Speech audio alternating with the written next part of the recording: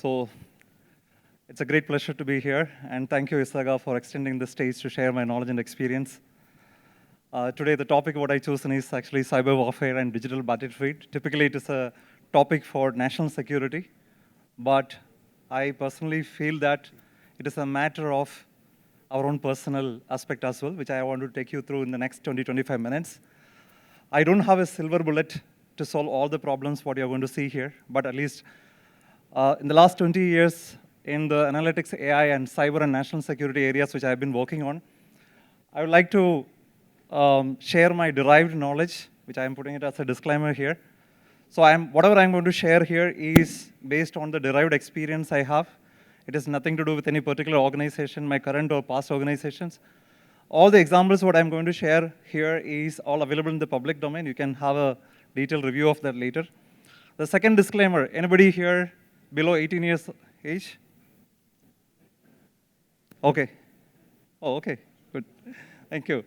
So some of the examples I'm going to share with you may be disturbing or may be difficult to digest. My intention is not to scare all of you, but to create awareness. Okay, that is my purpose. The third one, obviously, again, I have a certain propositions to deal with these future crimes.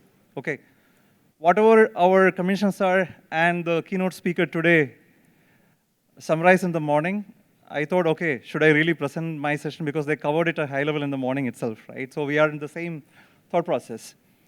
Personally, I see that whether it is cyber, digital, AI, or cloud, it all become personal. It is no more a tool or a technology. How many of you think like that? It is no more technology, it has become personal. I want to start with a video to make all of you smiling, but unfortunately we have some technical logistic issues. And I will give you a homework. There's a very, very interesting, funny video. REMA 1000. You can just Google. It is just a 1-minute video. 1 minute. It's a very, very exciting video. And it will show you how all these things, whatever I was talking about, become personal. Okay. And more interestingly, we are all going to be living like this guy who's on the screen, right? But the question here is actually, when we started living like this, all the smart devices, including the smartwatch, what we are wearing, is all going to be powered by AI, and all these systems are going to be democratized, and majority of the data in the future will be created, transferred, processed, stored, analyzed, and used by this machines by itself to take decisions for us on behalf of us. Okay, so that is where these smart, autonomous, intelligent devices are going to be taking actions, which will be in smaller sizes, which we cannot be even seen. Okay, so these devices are going to be smaller, and these devices are going to be connected, and these devices are going to be intelligent. And these devices are going to be inside our bodies also. So cloud, cyber security, digital are all coming inside our bodies, okay? So that is where it becomes personal. And Food and Drug Administration of the US government has already approved a digital pill. That means we are going to eat technology. So when we are going to eat a pill, which will have a chip inside it, which will real-time collect the data how that medicine is really working in our body. Otherwise, we have to wait 10 more days to go and meet the doctor to see how these medicines are reacting in our body, right? And if that is the case, the same goes with the business as well. Today, every business has to be a technology business. I cannot find even a single business, even a Pani Puri seller without a technology. Whether it is fintech getting the money or making the order or delivering the food, everything happens even for a Pani Puri seller on technology, on cloud, on digital, on analytics. Correct? So in that case, this is where the threat landscape is really changing, which we need to really understand. Few years back, or a few decades back, we knew what kind of threats were there, and we knew how to defend them. Slowly, new threats started coming in, and we knew what kind of threats we don't know how to defend. But today, we are living in a world, there are so many unknown threats and we don't even know how to defend them. So this is the reality. If you go to the Art of War book, Sun Tzu, he made a very interesting statement, which is on the board. If you know your enemy, if you know yourself, you don't know how to worry about the result of hundreds of battles. You will win for sure. But if you know yourself and if you don't know your enemy, for every victory you will lose a battle, right? And if you don't know your enemy and if you don't know yourself, and every war you are going to, every battle you are going to lose, for sure. And that is exactly where we are staying. Unknown threats, unknown defense. The question is actually, are we really ready? right? That's what we are going to see. The question is, do we know the invisible enemy? So that is what we are going to see in the next 15, 20 minutes. Especially when the AI is really rising, it gives us a lot of convenience because all the systems are going to be smart, connected, living systems, but there is a double-edged sword, right? The attack surface we talk about is just like that exponentially increasing because every device is going to be, which as I was telling, it's going to be connected, intelligent, and smart. And that is where we are, unfortunately, unconsciously letting that happen because we are outsourcing our memory, abilities, and capabilities to these smart machines. Today, we are so lazy to get up from our bed and go and switch on that fan. We say, Alexa, turn on the fan. We are outsourcing even that to that Alexa, right? That is where the world is moving. Now, we are choosing convenience over privacy, right? And this is where the real problem. We have just seen a biological pandemic, which is nothing but the COVID. I personally see that if there is one more pandemic, that will be a cyber pandemic, right? And in that cyber pandemic, instead of the traditional weapons like bullets and bombs, people will use bits and bytes, which is nothing but small piece of code, correct? So in that whole thing, and you will see that the countryside wars are going to be virtual inversions. And it will be, it will be a virtual invasion, okay? I'm going to show you examples about this. These are some of the things what I find or what I'm experiencing, which I will demonstrate to you with the real examples, okay? Now, in that whole virtual invasion, that wars, our own gadgets will be used as weapons by the cyber criminals. So indirectly, we are going to be participating as a criminal, unknowingly, right? And these kind of attacks can be initiated by the cyber criminals using our own smart gadgets, which can be used to launch attack against large power stations, nuclear power stations, to even pacemakers, which is sitting in somebody's head. Can you believe that? Can your smartwatch be used by a cyber criminal to launch an attack against a pacemaker in somebody's heart? It is possible today, right? Now, we are living in a cyberverse. We have seen metaverse today morning. I'm talking about cyberverse. The cyberverse, we are living in a world, there is something called zero-day vulnerability, which all of you know. And we have something called zero-click attacks. How many of you know zero-click attacks? When the Israeli software, Pegasus, which really, when it came to the world, everyone's eyebrows got up. It is a zero-click application. You don't need to click anything, right? Automatically it comes inside and takes everything away, right? So this is where the landscape is. Maryland University has done a research in that one which says every 1 minute, more than 3,000 targeted attacks are happening. This is a report in 2018. Now you can see how many multiples of that. Every minute, 3,000 targeted attacks. Then you can imagine in a day how many millions of targeted attacks are happening out there. Now, these attacks, I have a lot of videos. I don't have the time to play this, sorry. But these videos are available on the YouTube. You can see that. In Ukraine, can we hear the audio? Yeah. In Ukraine, when the temperature was minus 34 degrees, somebody turned off the electricity grid. Can you imagine such a situation? You cannot, right? Because people will be frozen to death. In the ICU, surgeries cannot be happening, flights cannot be landing, telecommunication network will be stopped. And your vehicles cannot be moving because the entire traffic system is down, right? One electricity grid shutting down. It happened in Ukraine multiple times. It happened even in US multiple times. And there was a news in India that in Mumbai there was an electrical outage. In the news it came that it is a possible cyber attack, right? Now, it goes even beyond that. There are some bad guys who are trying to infuse poison into the public water distribution system of Florida state. 10.3 million people will be drinking poison because of a cyber attack. There was a hacker trying to control the water supply system, which is all connected IoT systems, right? And that guy was trying to infuse chemicals into that one. Cyber terrorism, our commissioner sir was talking about cyber terrorism. This is one of the examples of that, right? Recently in Australia, there was a helicopter crash because of a vulnerability patch issue. Now this thing can happen. If it is a helicopter, we have smaller helicopters at home. Nowadays, we buy for our kids smart drones as a birthday gift. I know many people who are buying, smart drones as a birthday gift for their kids, which is connected again, small again, intelligent again, right? There are already cases raised where these smart drones are hijacked, which is used for illegal trafficking, drug smuggling, weapon smuggling, illegal surveillance, and so on. Our own devices, without our knowledge, can be used against, right? The US government, there was an organization which did a survey actually, about 352 leaders, they took a survey. For the US government, the #1 threat is cyber warfare. You can see where is the position of China and North Korea. North Korea is not even 1% threat to the United Nations. That's why they don't care about that, Mr. President of North Korea, right? Cyber warfare is the biggest threat.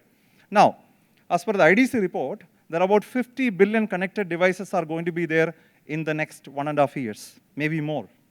Now, what does that mean? That means we are having 50 billion doors for the cyber criminals to get inside. Maybe inside our body, inside our home, inside our car, or inside office, right? So, I was just talking about the car. So we are all going to be, traveling in a smart car like this. In a smart car, there are more than 30 areas a cyber criminals can hack into. Right? Your wheels, your infotainment systems, your driving steering, your AC systems, your telematics, your ECUs, everything. The Tesla Model X car, even before launching it, the ethical hackers hacked in less than 90 seconds. How do we go by that, right? So, China has started building smart roads, AI on the road for these smart cars to run. Imagine what happens if somebody is hacking the road where the AI is already there. You can see that the traffic block like this. And a similar incident happened in Russia where somebody hacked a app like Uber. And they brought in all the cars into one junction where the entire city was jammed. Next level of cyber crimes. Now, these smart cars are not only going to be used for driving. Some companies are really utilizing it for different purposes. This is a car, what you see here, launched by Volvo. And that Volvo is taking the role of HR manager. So that guy is sitting there as a candidate. I don't have the time, so I'm not playing this video. 1.5-minute video. Very interesting video. You should see that at home. Volvo interview car.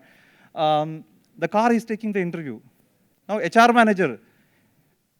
Car replaces the HR manager. We are going to have virtual HR manager in the form of a car. If a car can be hacked on the road, your digital HR manager can be hacked, correct? Now, imagine humanoids can take different sizes and shapes. NetDragon is a $10 billion company in China who has appointed a digital CEO, virtual CEO, deputy CEO. If a car can be hacked, the digital CEO can be hacked, correct? So that is where it is going. If CEOs, if all these things can be hacked, our own houses and homes can be hacked. That is what the first video I want to see, that the smart homes, because we already started living in smart homes, right?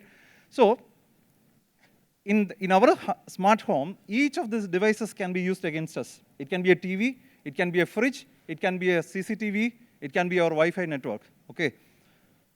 In Florida, there was a casino in which there was an innocent fish tank was kept there, okay, as a decor, which was connected by all these IoT devices because it had to automatically control the temperature, lighting, etc. The cyber criminals couldn't get inside the casino, so they hacked a small thing inside the whole fish tank, and they got inside the casino. And obviously took away all the money and data and everything, right? So the LG launched a kind of a smart vacuum cleaner, a small one. Here we go. LG launched a HomeBot, which is nothing but a smart vacuum cleaner. Now, there is a company called Checkpoint, which is a security company. The researchers actually find out a vulnerability. That means anybody can take control of your smart HomeBot, which has a camera, which has a mic, which has all the sensors, and they can, without your knowledge, they can record everything, what happens in your house, whether it's a bedroom or kitchen, and send it to somebody. Reality? Yes, it's a reality because in Kerala a few years back, one lady's naked pictures were all around the Facebook, Twitter, and everywhere. When the police did the investigation, they found out that the camera which was attached to the smart TV was breached. And the cyber criminal was taking the pictures of this lady and the video, even when the TV was powered off, and sending it to somebody, right? So this is a real screenshot of a CCTV camera by Ring, is a global CCTV camera, company, where a cyber criminal is coming inside your home and talking to your small baby to do bad things. Okay, so if all these things can happen outside, what happens inside our body on these connected devices? About is a healthcare company, right? They manufacture these pacemakers.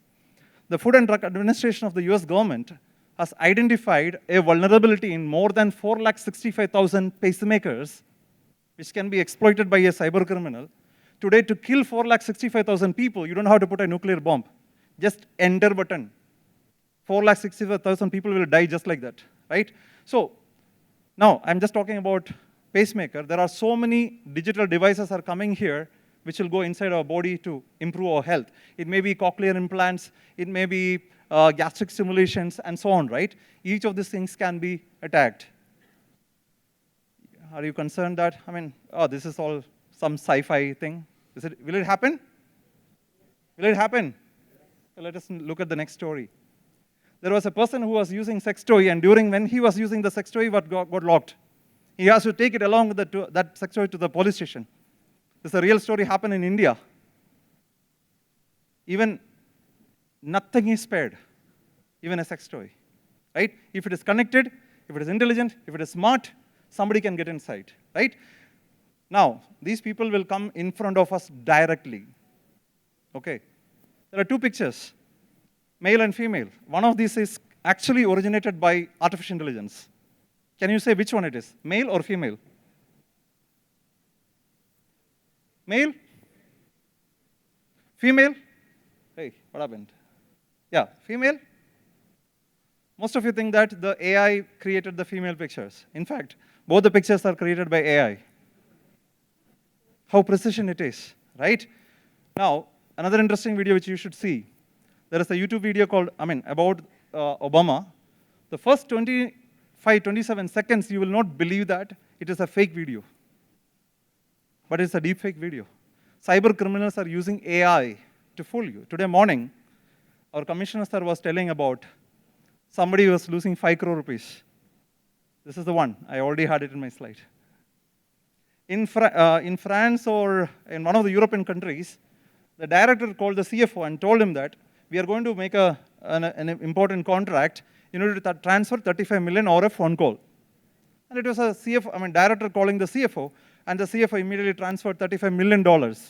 And then called the director back that I already transferred. Whose money, which money, what money? 35 million gone. Again, deep fake. These people will come. We heard about smishing, wishing, and all, right? Now these people are coming directly, taking our own avatars and coming in a video call. In last week in Kerala, one senior citizen, 40,000 rupees lost. Okay, that guy was smart. That person was smart. And he didn't trust whenever the initial request was for transferring some money. And that person asked the requester, can you come to a video call? The cyber criminal came in a video call as a friend. And again, deepfake was used. So that is where the world is moving, right? Now, this virtual invasion I was talking about, right? And it can take to any extent. They may not come even inside, right? The famous Bhima Koregaon case, violence case, I hope all of you know. And this came in the news in the Hindu that one of the guys got arrested with some evidences. After they realized that after arresting that guy was an innocent guy who got arrested because the evidences, whatever the police was collected, was placed by a cyber criminal externally without even his knowledge in his own laptop, right? So that means what? We are all under constant attacks, whether we know, whether we don't know, whether we like, whether we don't like, right? So it is not about, okay, let me see if I'm attacked, at that point of time I'll see. No, it is not about that. It is all about when I'm going to be attacked, right? As per IBM research, it takes about 277 days at an average to see that we are attacked already. It will take nearly 1 year to fix it for an organization, approximately, at an average, right? Cyber criminals are using AI to the best possible extent than ourselves to launch attacks. So these are some of the use cases. They are using AI to launch attacks for automated vulnerability discovery, for self-learning swarm bots. They will learn. You don't have to do all the exercise. Your bot, AI bot will do all the exercise for you, right? Machine learning and data poisoning and machine learning poisoning. Deepfake, which I already talked about. And somebody can use AI to even decide when to launch an attack, against whom, and what time, and what to target, right? So in a software-defined world, which we are all living in, if somebody can control the software, they'll be able to control everything. Okay, that's what I understood. So as our chief guest mentioned today, as per my perception again, if there is a crime in the future, it will be either a cyber crime or a cyber-led crime. Okay, that's what I personally feel. The cyber criminals' motivations are changing like anything. Earlier, they wanted to really breach the data and sell the data and make the money. Today, disruption. And they want to really destruct as well. That's what you're seeing there, right, in the past. I want to play another simple video. It's a 2 minutes video. I hope I'm on time. Okay, 2 minutes video. Just to show you how our systems can be hacked to make destructions at scale. Okay, let's enjoy this video. Pilots directed almost 3,000 precision strikes last year. We're super proud of it. It allows you to separate the bad guys from the good. It's a big deal. But we have something much bigger.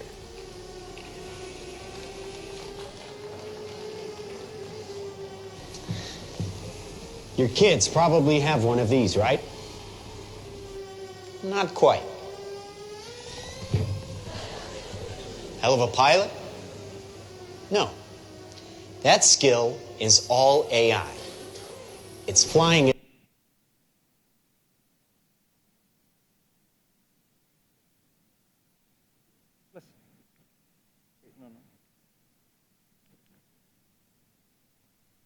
Yeah, I can play and then.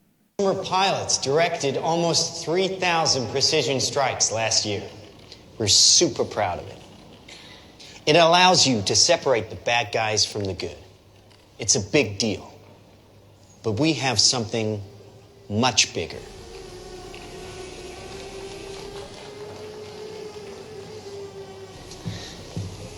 Your kids probably have one of these, right? Not quite.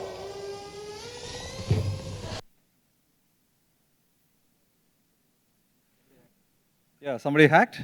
All right. Can you fast forward it a bit? There is a bottom. Yeah, there is a video. Yeah, you can open that and then play. You can play from here, middle. You can play from the middle. Quite. It's flying itself. Yeah. Social media apps. It does facial recognition. Inside here is 3 grams of shaped explosive. This is how it works.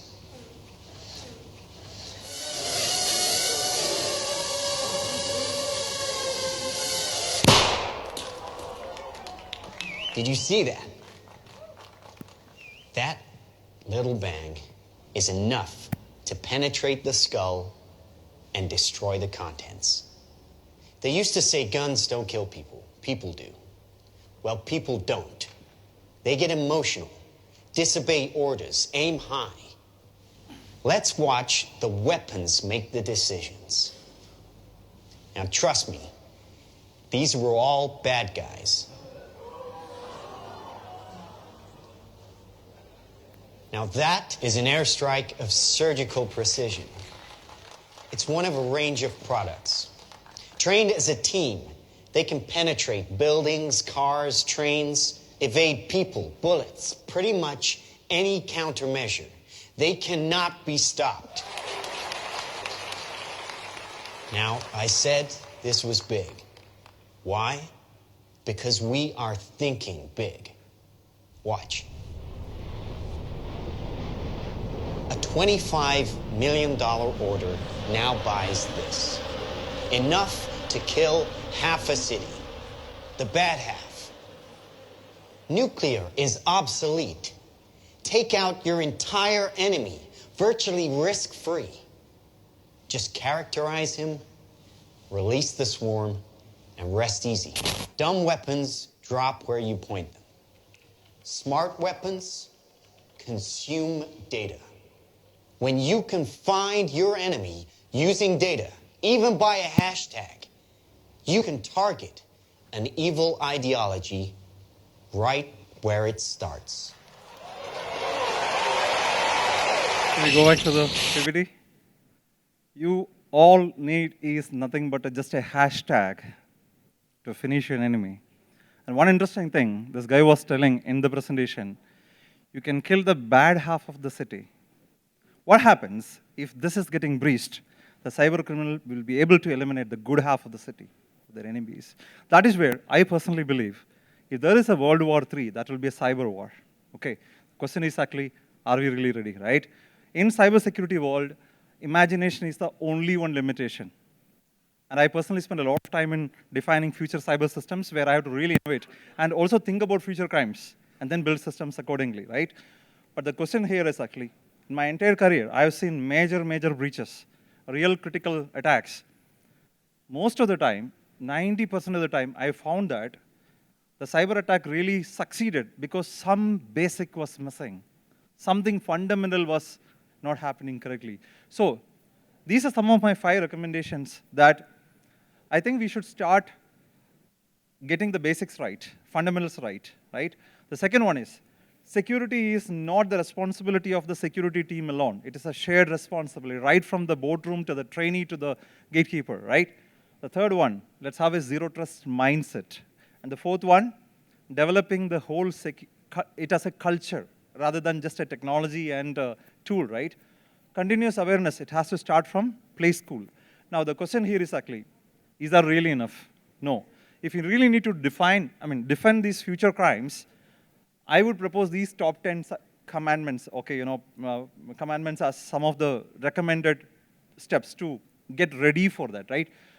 A shift-left approach. When cyber criminals are using AI, we should start using AI to detect and prevent, right? We need to develop self-healing applications. Secure by design frameworks and defense in-depth programs needs to be implemented.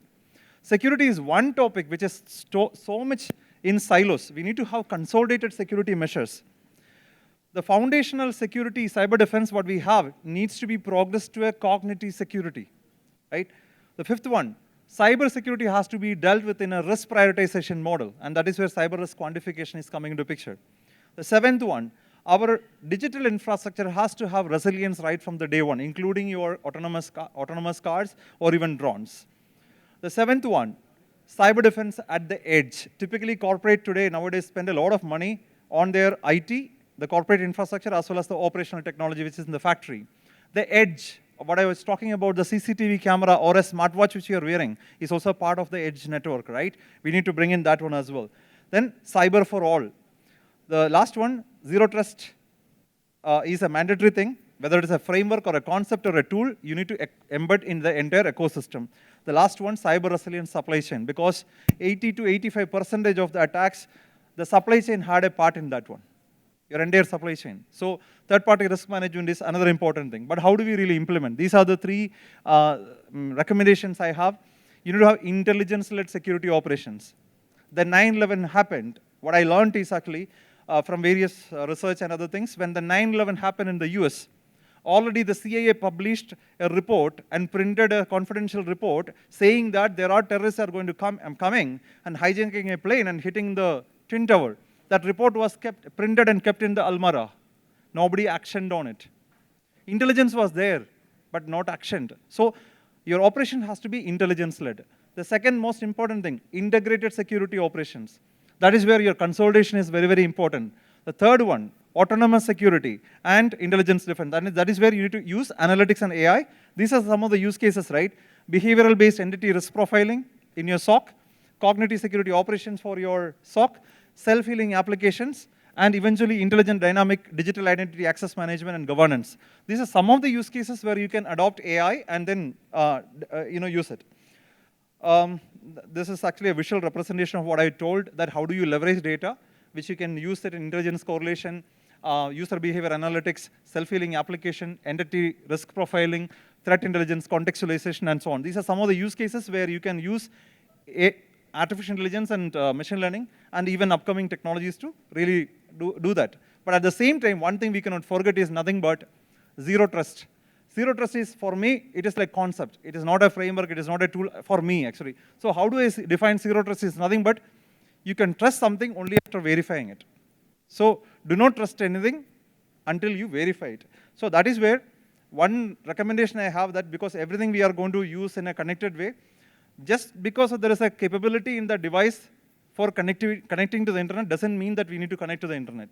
It may be a small bulb that you are buying through Amazon, which has a a possibility to connect to the internet because you can talk to the Alexa, turn on the light, it will on. Doesn't mean that we need to really connect that light to the internet just because that connectivity is there, right?